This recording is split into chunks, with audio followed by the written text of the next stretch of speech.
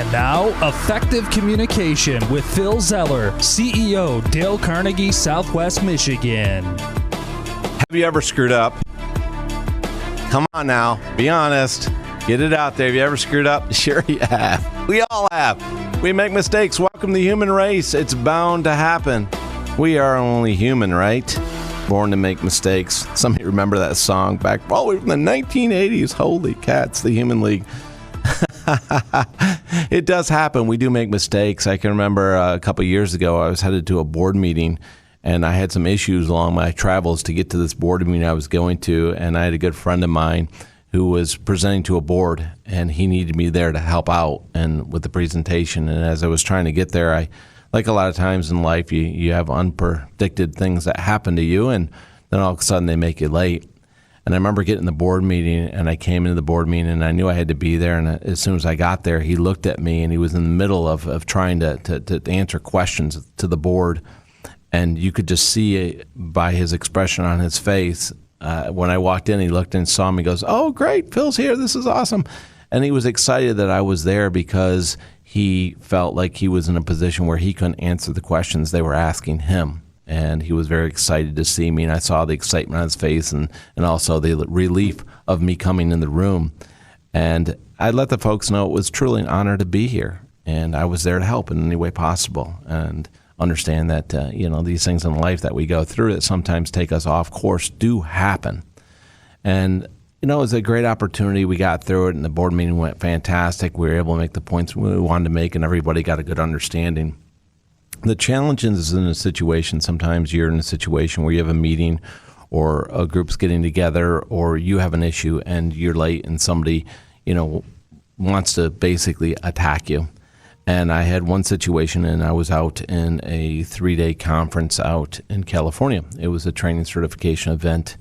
And the first day we had the training, and if you've ever been to Los Angeles, California, you know some things about Los Angeles, California. It's a very highly congested area. There's a lot of traffic.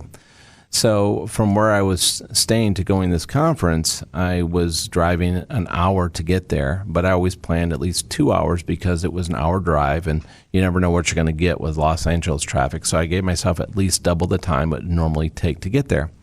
So the conference started actually on a Sunday, and I got up Sunday morning, and I drove, and I actually ended up getting there over an hour early because I didn't run any traffic, and it was smooth sailing on the highways in greater Los Angeles area. And the training went great. And then day 2 hits, and I decide, I'm going to give myself an extra hour and a half. So I'm going to get myself 2.5 times the amount of time that I need to get there because it's a Monday morning in Los Angeles, and I'm expecting it not to go so well. So I'm going to give myself 2.5 times the amount of time to get there. Well, sure enough, I'm on my way to this certification event, and as I'm driving there, I get caught in that Los Angeles traffic. 8 lanes going nowhere fast. And as I'm sitting there, like anybody else, I'm thinking, I got to be here. And I'm trying to, work through all the things in my mind to relax myself and chill out. But I don't want to be late. You don't want to be late. We don't want to be late. And I pull in the parking lot, and sure enough, after I sit in traffic for 2 hours, by the time it all rolled out, I was 30 minutes late. So I get out of my car and I sprint. I literally run from the parking lot into the hotel, into the conference room where we're meeting. And when I get to the door, I realize I don't want to interrupt what they're doing. So I quietly open the doors and slide in the back and sit in the back chair in the room. And the guy running the show obviously sees me come in, and he says, "Phil, glad you could make it. Please come to the front of the room and walk us through the next segment." And I thought to myself, okay, I've just been put on the spot. He wants to see if I'm going to perform under pressure. So I said, "Yes, sir." I walk up the front of the room, and I go and I present to the group. And then he's sitting in the back of the room, and he crosses his arms, and he says, "Stop." This is about 5 minutes later. He says, "Stop."